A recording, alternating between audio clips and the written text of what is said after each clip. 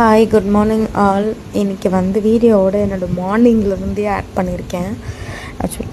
Morning வந்து பசங்களை ready பண்ணுறது, அவங்களுக்கான ஃபுட்டு அது எல்லாமே கூட இதில் அட்டாச் பண்ணியிருக்கேன். அவங்களுக்கு கீ ரைஸ் மாதிரி பண்ணிவிட்டு அவங்களுக்கு காலையில் இந்த பூஸ்ட்டு அதெல்லாம் ரெடி பண்ணி கொடுத்துட்டு அண்டு அவங்களுக்கு பிளாக் சன்னா பாயில் பண்ணி இது பண்ணியிருந்தோம். அதுக்கப்புறமா வந்து இது பிளாக் சன்னா அவ்வளோ விருப்பமாக சாப்பிட மாட்டாங்க. ஸோ அதனால் பிளாக் சன்னா தோசை மாவோடு பிளாக் சன்னா, ஆனியன்னு, அப்புறம் பச்சை மிளகாய், புதினா இதெல்லாம் வந்து போட்டு அரைச்சி அவங்களுக்கு இது அந்த தோசை மாவில் ஆட் பண்ணி தோசை சுட்டு கொடுத்தேன். அப்புறம் அவங்களுக்கு கூட வந்து எக் பாயில் பண்ணி கொடுப்பேன். இதை தான் அவங்களுக்கு இன்றைக்கி ரெடி பண்ணி கொடுத்தது. எனக்கும் சேர்த்து தான் எக் பாயில் பண்ணியிருந்தேன். அதுக்குள்ளே இதெல்லாம் ரெடி பண்ணி முடித்த உடனே இந்த தோசை வந்து கொஞ்சம் இதுவாக தான் இருக்கும், வராது. கொஞ்சம் லோ ஃப்ளேம்லேயே வச்சு ரெடி பண்ணால் தான் வரும், இல்லைன்னா பிஞ்சு பிஞ்சு தான் வரும். இது கொஞ்சம் கஷ்டமான வேலை தான் எனக்கு. நிறைய பேர் இது ஈஸியாக செய்வாங்க. ஏன்னா இதை அவங்களுக்கு எண்ணெய் லைட்டாக விட்டு பண்ணியிருக்கேன். எனக்கெலாம் எண்ணெய் விடாமல் பண்ணால் ரொம்ப கேவலமாக வந்துச்சு. இதுக்கப்புறம் சரி நம்ம இது மட்டும் இருந்தாலும் பரவாயில்ல, கொஞ்சம் வாக்கிங்கும் போகலாம் அப்படின்னு சொல்லிட்டு வாக்கிங் ட்ரை பண்ணிகிட்டு இருந்தேன். அது கொஞ்சம் ஒரு அரை மணி நேரம் வாக்கிங் பண்ணேன்.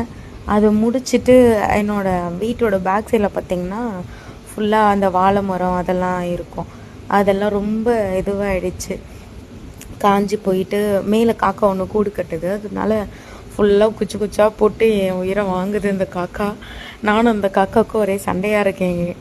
அதனால் அதுக்கு போட்டு வச்ச குச்செல்லாம் எடுத்து போட்டுட்டு எங்கள் வீட்டு குட்டீஸ் எல்லாம் நிறைய விளையாட்டு திங்ஸ் எல்லாம் போட்டுச்சேன். அதை க்ளீன் பண்ணி முடித்தேன். அண்டு வீட்டை டைனிங் டேபிளை வந்து இந்த மாதிரி மெயின்டைன் பண்ணி வச்சுருக்கோம். அதில் பாதி என் பசங்களோட தான் இருக்கும் எல்லாமே. ஸோ அதை எல்லாத்தையும் இறக்கட்டி அவங்க போன டைமில் தான் இதெல்லாம் பண்ண முடியும். அதனால் அவங்க ஸ்கூலுக்கு அமிச்சு இந்த டைமில் தான் இது எல்லாத்தையும் இறக்கட்டி முடிக்கலாம் அப்படின்ட்டு அந்த ஒரு 2-3 டைம்ஸாக வந்து இது கிளாத்ஸ் எல்லாம் துவைக்க போட்டது எல்லாமே சேரில் ஒரு எவரெஸ்ட் மாதிரி இருந்துச்சு. அது எல்லாத்தையும் க்ளீன் பண்ணி வச்சேன். அதுக்கே முடியல, டயர்டாயிட்டேன்.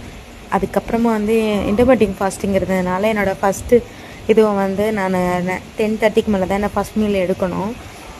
ஸோ அதனால் எனர்ஜி ட்ரிங்க்கே இப்போ தான் இன்றைக்கி ஸ்டார்ட் பண்ணியிருக்கேன். 10:30க்கு மேலே தான் டீ போட்டுட்டு எனக்கும் இந்த தோசை மூக்கடலை தோசை தான் இன்றைக்கி எனக்கும். ஸோ அந்த தோசையை போட்டு இது பண்ணேன். பட் ஆனால் எண்ணெய் போடாமல் பண்ணதுனால என்னோடய தோசை படு கேவலமாக வந்துச்சு. அந்த தோசையை வந்து தவாவில் நல்லா தான் இருக்கும், ஆனால் என் தட்டில் பாருங்கள் கேவலமாக இருக்கும். அதை சொல்லவே முடியாது. அவளுக்கு அதை வந்து இது மாதிரி பண்ணியாச்சு, பொடி மாஸ் மாதிரி பண்ணியாச்சு அந்த தோசையை. என்ன ஒன்று முட்டைலாம் இருந்ததுனால அரேஞ்ச் பண்ணி அந்த தோசை அதுதான். அது கூட கேர்டும் பாயில்டு எக்கும்.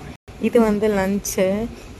இது ஆக்சுவலாக தேங்காய் பால் கீ ரைஸ். இது அது கூட சாலட்டு, எக்கு, அப்புறம் மூக்கடலை. இந்த